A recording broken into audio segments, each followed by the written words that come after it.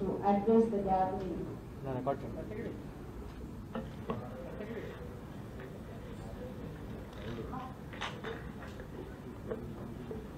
Sri Sandeep Kumar Sultania Garu, Principal Secretary, Energy and Finance, Sri Musharraf, CMD SPDCL, Sri Krishna Bhaskar ji, CMD Transco, Srinivas Garu, GMD Genco, Chairman and Vice Chairman and Managing Director Vinila Garu, అట్లాగే రాష్ట్ర ప్రభుత్వంతో MoU చేసినటువంటి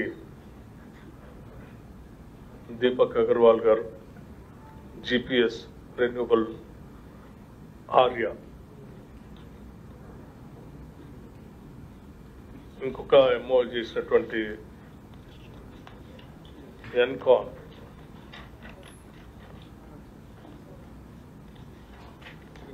ఎకోరన్ energy Prasad Erneni గారు కార్యక్రమానికి ఇచ్చినటువంటి ఇతర స్నేహితులందరూ కూడా ముందుగా నా హృదయపూర్వకమైనటువంటి నమస్కారం.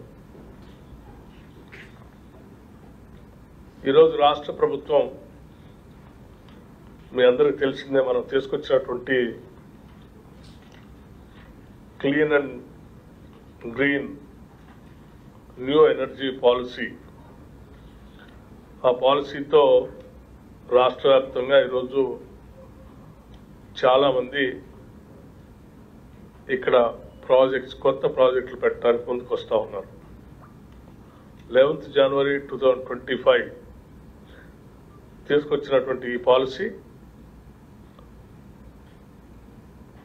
ఇక్కడ ఉన్నటువంటి వాళ్లే కాకుండా దేశవ్యాప్తంగా ఉన్నటువంటి కంపెనీలు, అట్లాగే ప్రపంచవ్యాప్తంగా ఉన్నటువంటి కంపెనీలు కూడా దావోస్లో ఆ రోజు గౌరవ ముఖ్యమంత్రి గారు రేవంత్ రెడ్డి గారు, అట్లాగే శ్రీధర్ బాబు గారు ఇండస్ట్రీస్ మినిస్టర్ గారు వెళ్ళినప్పుడు అక్కడ కూడా పెద్ద ఎత్తున ఈ న్యూ ఎనర్జీ పాలసీని ఆధారంగా చేసుకొని సన్ పెట్రో సంబంధించినటువంటి కంపెనీ 3,400 మెగావాట్లతో పంప్ స్టోరేజ్ ప్రాజెక్ట్ కోసం 20,000 కోట్లతో పెట్టుబడి పెట్టడానికి ఒక ఎంఓ చేయడం జరిగింది. అట్లాగే మెగా కంపెనీ వారు కూడా 1,500 మెగావాట్లతో పంప్ స్టోరేజ్ 7,500 కోట్ల ఇన్వెస్ట్మెంట్తో ఇంకొక ప్రాజెక్ట్ పెట్టడానికి కూడా ఎంఓ చేయడం జరిగింది. ఈ రెండు కూడా ఆ రెండు కంపెనీలు ఈరోజు వాళ్ళ సర్వే చేసుకుంటూ డీటెయిల్డ్ ప్రాజెక్ట్ రిపోర్ట్ తయారు చేసుకుంటూ చాలా ముందుకు వెళ్తూ ఉన్నారు. కొద్ది రోజుల్లో అవన్నీ కూడా రాష్ట్రంలో ఈ ప్రాజెక్టులు పెట్టడానికి ముందుకు వచ్చేటువంటి అవకాశాలు ఉన్నాయి. అట్లాగే ఈరోజు ఈ రెండు కంపెనీలు కూడా దాదాపు ఒక కంపెనీ ఇన్వెస్ట్మెంట్స్ అన్ని చూస్తే దాదాపు 27,000 కోట్ల పెట్టుబడుల్ని ఆకర్షిస్తూ ఇక్కడ పెట్టుబడి పెట్టడానికి ముందుకు వచ్చారు. వీటితో రాష్ట్రంలో ఉన్నటువంటి విద్యుత్ సంబంధమైనటువంటి అవసరాన్ని అధిగమించడానికి త్వరితగతిన మనం గమ్యాన్ని చేరుకోవడానికి అవకాశం ఉంది. ఉదాహరణకి ఇప్పటికే మన రాష్ట్రంలో గరిష్ట డిమాండ్ పవర్ సంబంధించి 17,162 మెగావాట్లు చేరితే మనందరం ఎప్పుడు కూడా ఊహించలేదు ఇంత చేరుతుందని. ఆనాడు 2023లో 15,000 మెగావాట్లు దాటితేనే చాలా పెద్దగా పీక్ డిమాండ్ వచ్చింది, తట్టుకోలేకపోతున్నాం అని అనుకున్నటువంటి పరిస్థితుల్లో కేవలం ఒక సంవత్సరం కాలంలో అది 17,162 మెగావాట్లు చేరింది. సరే, 17,162 మెగావాట్లు చేరితే కూడా రాష్ట్ర ప్రభుత్వం పకడ్బందీ వ్యూహంతో ఎక్కడ ఇంటరప్షన్స్ లేకుండా పవర్ని సమృద్ధిగా ఇవ్వగలిగాం. అయితే ఇది రాను భవిష్యత్తులో ఇక్కడ పెరుగుతున్నటువంటి అభివృద్ధి, చుట్టూ వస్తున్నటువంటి పరిశ్రమలు, హైదరాబాద్ చుట్టూ వస్తున్నటువంటి RRR, లేకపోతే మూసీ రిజర్వేషన్, ఫ్యూచర్ సిటీ, తదితర అనేక రకాలైనటువంటి అభివృద్ధులను దృష్టిలో పెట్టుకొని ఇక్కడ ఉన్నటువంటి పవర్ డిమాండ్ ఇంకా పెరిగేటువంటి అవకాశం ఉందని కొన్ని సంస్థలు, గవర్నమెంట్ ఆఫ్ ఇండియా నుంచి కొన్ని సంస్థలు స్టడీ చేసి కూడా మనకు రిపోర్ట్స్ పంపిస్తూ ఉన్నాయి.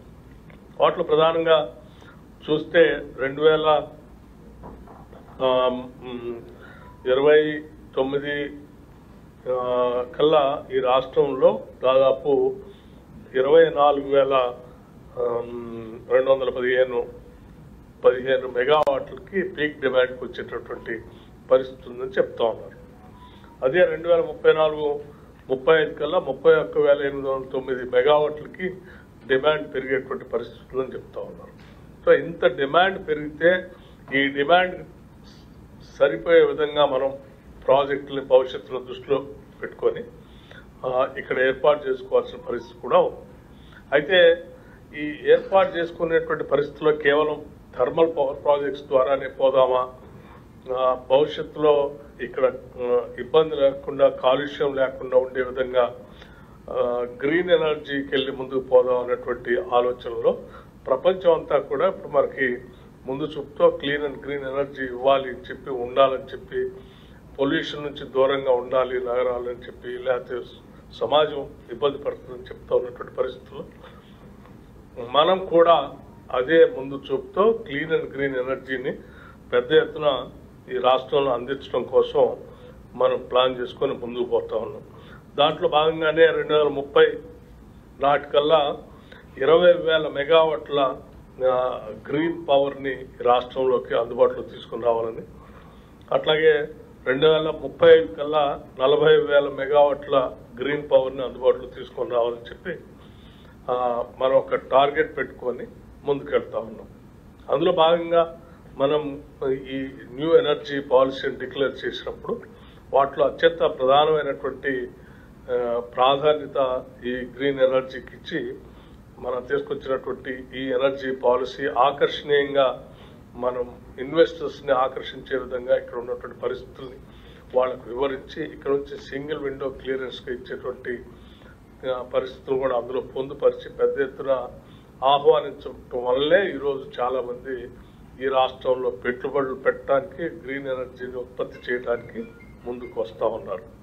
అందులో భాగంగానే ఈరోజు ఇప్పుడు మనం చేసుకుంటున్నటువంటి ఈ MOUలు 2 కంపెనీలకు సంబంధించి కూడా 2 ప్రత్యేకతను సంతరించుకున్నటువంటి అంశాలను మీ ద్వారా రాష్ట్ర ప్రజలకు కూడా తెలియజేస్తా ఉన్నాను.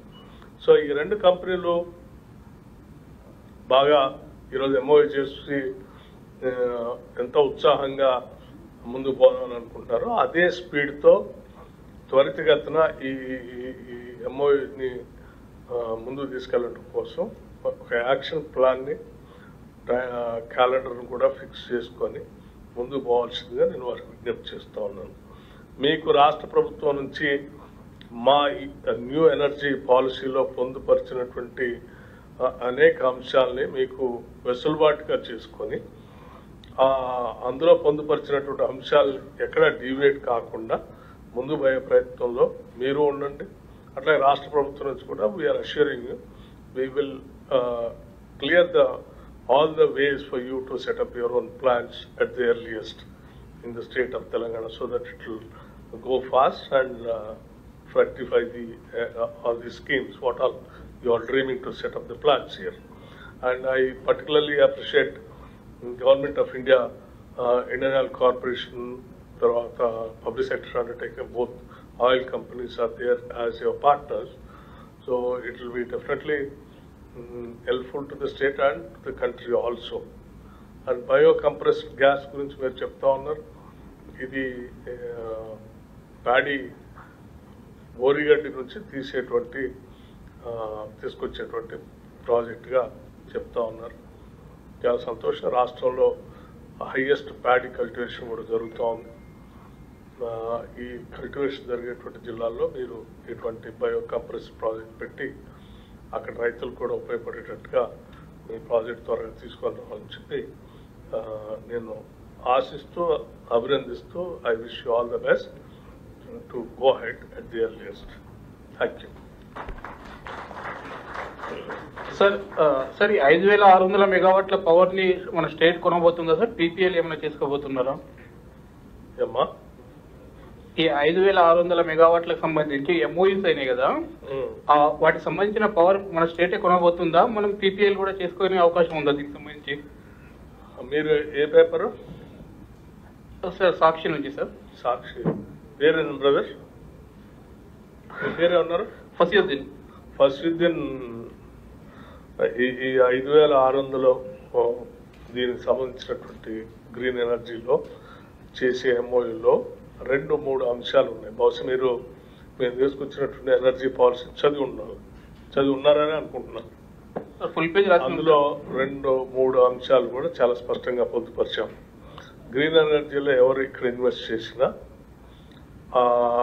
ఫస్ట్ ప్రయారిటీ స్టేట్ గవర్నమెంట్కి ఇవ్వాలని, స్టేట్ గవర్నమెంట్ ఆ ప్రయారిటీ తీసుకోకుండా మాకు అందుబాటులో సరిపోయేంత పవర్ ఉందిలే అనుకుంటే మీరు ఓపెన్ యాక్సెస్లో ఎక్కడైనా పవర్ని అమ్ముకోవచ్చని. So both options are there and first priority is for the state.